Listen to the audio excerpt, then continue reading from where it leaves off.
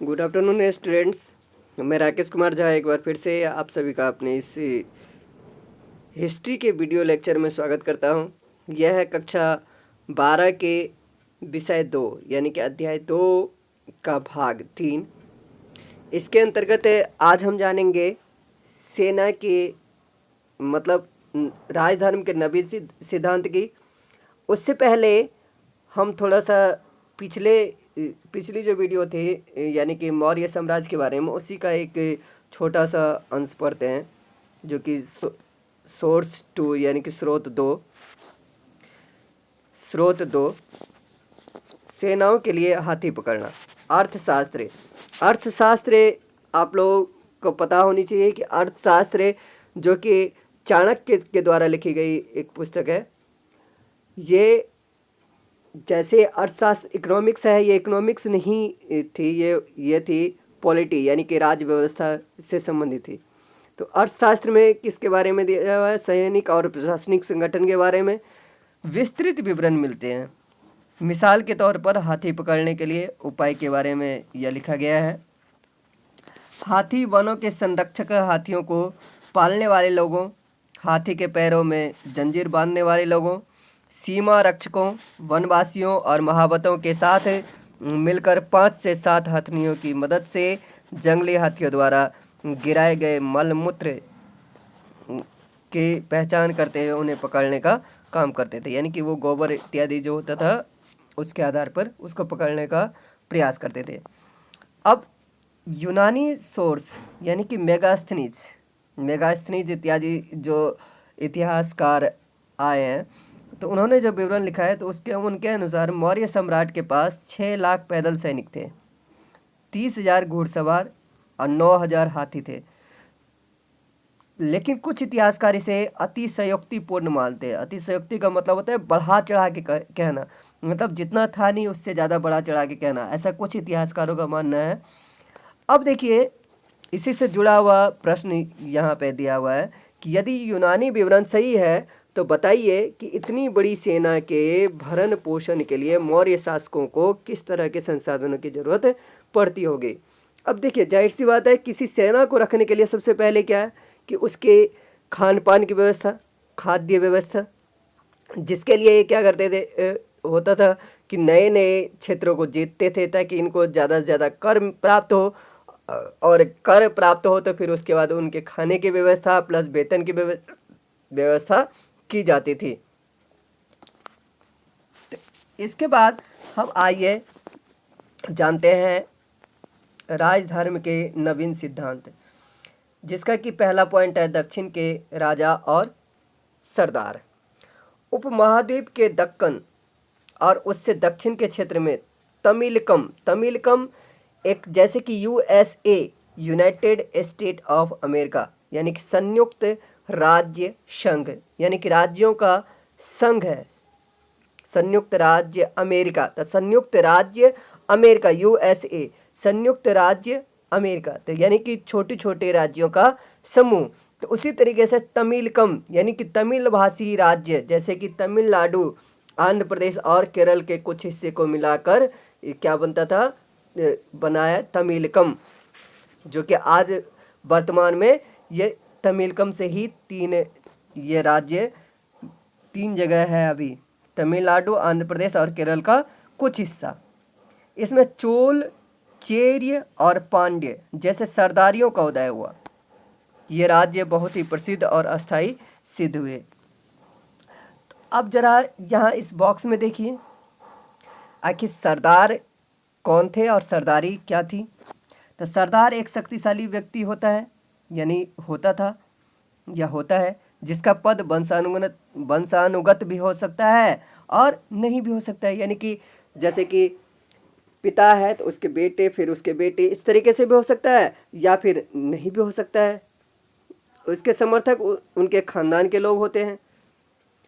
सरदार के कार्यों में विशेष अनुष्ठान का संचालन, युद्ध के समय नेतृत्व करना। देखिए, सरदार के कार्यों की बात की जा रही है, तो विशेष अनुष्ठान का संचालन करना, युद्ध के समय नेतृत्व करना और विवादों को सुलझाने में मध्यस्थता की भूमिका निभाना शामिल है। वह वह अपने अधीन लोगों से भेंट लेता है, यानी कि पुरस्कार लेता है, जबकि राजा कर वसूली करता है। दोनों में ये अंतर देखिए कि सरदार क्या करता है, सिर्फ भेंट लेता है यानी कि उपहार लेता है, और राजा कर वसूल करता है यानी कि वो फिक्स है। अपने समर्थकों को फिर क्या करता है, भेंट लेके अपने समर्थकों में उसी भेंट का वितरण करता है। सरदारों में सामान्यतया कोई अस्थायी सेना या अधिकारी नहीं होते हैं। हमें इन राज्यों के बारे में विभिन्न प्रकार के स्रोतों से जानकारी मिलती है, विभिन्न प्रकार के सोर्सों से जानकारी मिलती है। उदाहरण के तौर पर प्राचीन तमिल संगम ग्रंथों में ऐसी कविताएं हैं जो सरदारों का विवरण देती है। उन्होंने अपने स्रोतों का संकलन और वितरण किस प्रकार से किया। कई सरदार और राजा लंबी दूरी के व्यापार द्वारा राजस्व जुटाते थे।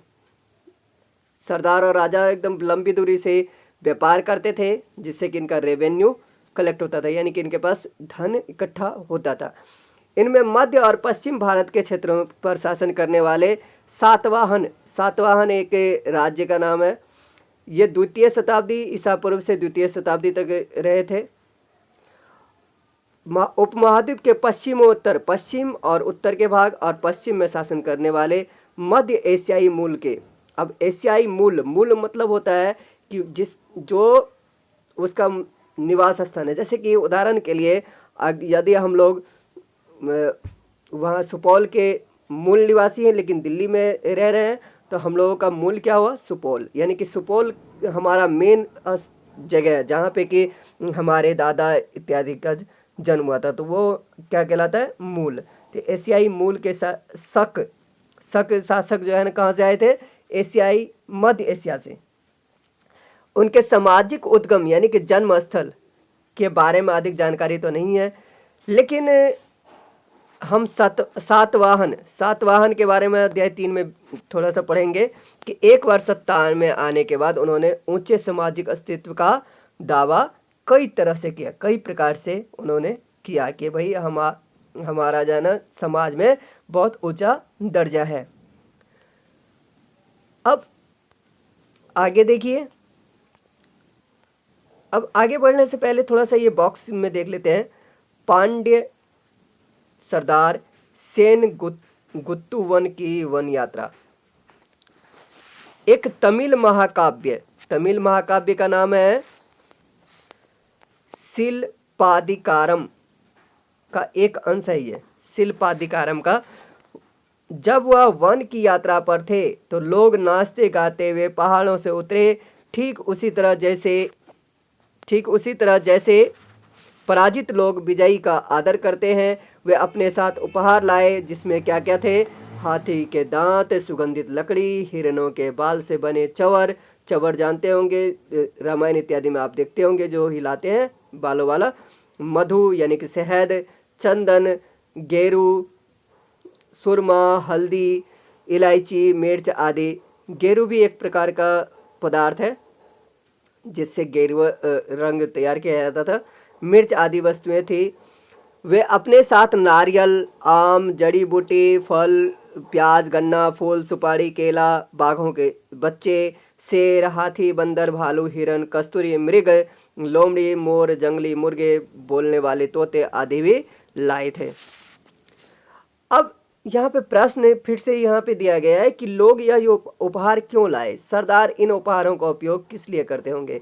तो जैसा कि हमने पीछे देखा भी था कि लोग सरदार के प्रति अपना विश्वास दर्शाने के लिए और उसकी उच्च महत्ता को दर्शाने के लिए उपहार लाए होंगे और उन्हें सम्मान देने के लिए। और सरदार इन उपहारों का उपयोग खुद के लिए और अपने समर्थकों को में बांटने के लिए करते होंगे।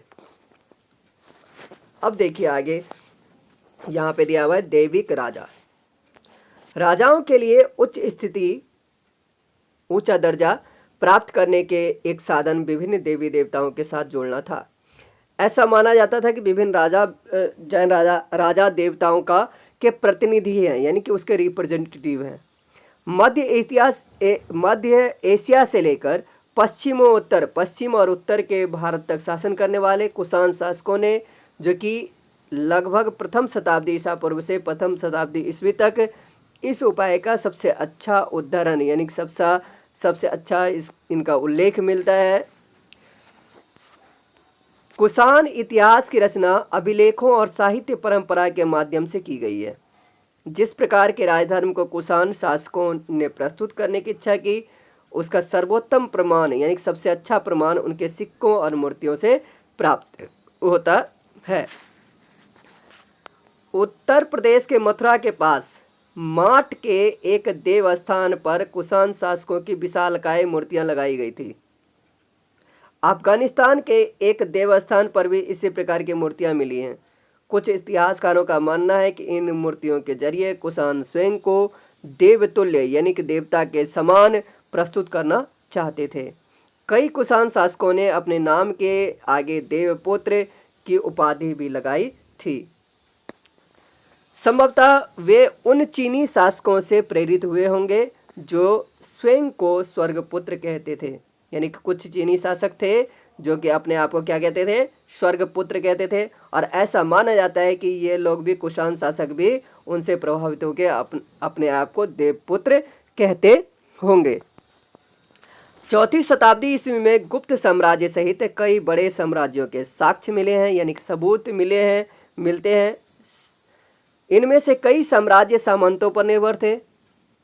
अपना निर्वाह यानी गुजारा स्थानीय संसाधनों द्वारा करते थे, जिसमें भूमि पर नियंत्रण भी शामिल था।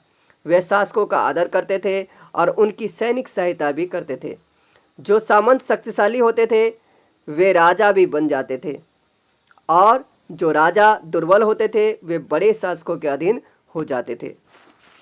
गुप्त शासकों का इतिहास साहित्य, सिक्कों और अभिलेखों की सहायता से लिखा गया है। साथ ही कवियों द्वारा अपने राजा या स्वामी की प्रशंसा में लिखी गई प्रशस्तियां लंबे लेख को प्रशस्तियां कहा जाता है। प्रशस्तियां भी उपयोगी रही है। हालांकि यद्यपि इतिहासकार इन रचनाओं के आधार पर ऐतिहासिक तथ्य निकालने का प्रायः प्रयास करते हैं, लेकिन उनके रचयिता यानी कि उनकी रचना करने वाले तथ्यात्मक विवरण की अपेक्षा उन्हें काव्यात्मक ग्रंथ मानते थे। उदाहरण के तौर पर इलाहाबाद स्तंभ अभिलेख के नाम से प्रसिद्ध प्रयाग प्रशस्ति जिसकी रचना किन्होंने की थी, हरिसेन ने की। स्वयं गुप्त सम्राटों के संभवतः सबसे शक्तिशाली सम्राट समुद्रगुप्त के राजकवि थे। अब देखिए प्रयाग प्रशस्ति का एक अंश दिया हुआ है। ये समुद्रगुप्त की प्रशस्ति है। प्रशस्ति मैंने आपको बताया लंबा लेख जो होता है उसका ये एक अंश है यानी कि एक भाग है। धरती पर इनका कोई प्रतिद्वंदी नहीं था। अनेक गुणों और शुभ कार्यों से संपन्न उन्होंने अपने पैर के तलवे से अन्य राजाओं के यश को मिटा दिया है। वे परमात्मा पुरुष हैं। साधु यानी कि भले की समृद्धि और असाधु यानी कि बुरे के विनाश के कारण है। कौन? समुद्रगुप्त। वे अज्ञेय हैं। अज्ञेय मतलब जिसको जानना दुर्लभ हो, कठिन हो। उनके कोमल हृदय को भक्ति विनय से ही वश में किया जा सकता है। वे करुणा से भरे हुए हैं। वे अनेक सहस्त्र गायों यानी कि अनेक हजार गायों के दाता हैं यानी कि देने वाले हैं। उनके मस्तिष्क की दीक्षा दीन दुखियों मतलब विहार करने वाली यानी कि इधर से उधर घूमने वाली जो अनाथ हैं और पीड़ितों के उद्धार के लिए ही की गई है। वे मानवता के लिए दिव्यमान देवता के समान उदारता की प्रतिमूर्ति हैं। वे देवताओं में कुबेर, अगर देवताओं की बात करें तो वह देवताओं की अगर संज्ञा दे तो कुबेर धन के देव के तरह है। वरुण यानी कि समुद्र देवता के तरह है। इंद्र वर्षा के देवता और यम मृत्यु के देव के समान है, तुल्य है। अब ये जरा देखिए, ये मूर्ति है, टूटा हुआ है, बलुआ पत्थर से बनी कुषाण राजा की एक मूर्ति है। अब कुषाण राजा की मूर्ति है, ये कैसे हमें पता चलेगा? तो देखिए इसकी कुछ रचनाएं जैसे कि स्पष्ट होती है। अब देख रहे हैं ये लंबे अचकन वाले वस्त्र और एकदम नक्काशी किया हुआ, और साथ में ये जो है ना आप देख रहे हैं, ये जो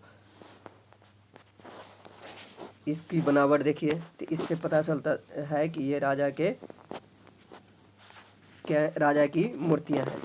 तो अभी के लिए फ़िलहाल इतना ही। अब अगले भाग में हम जानेंगे बदलता हुआ देहात,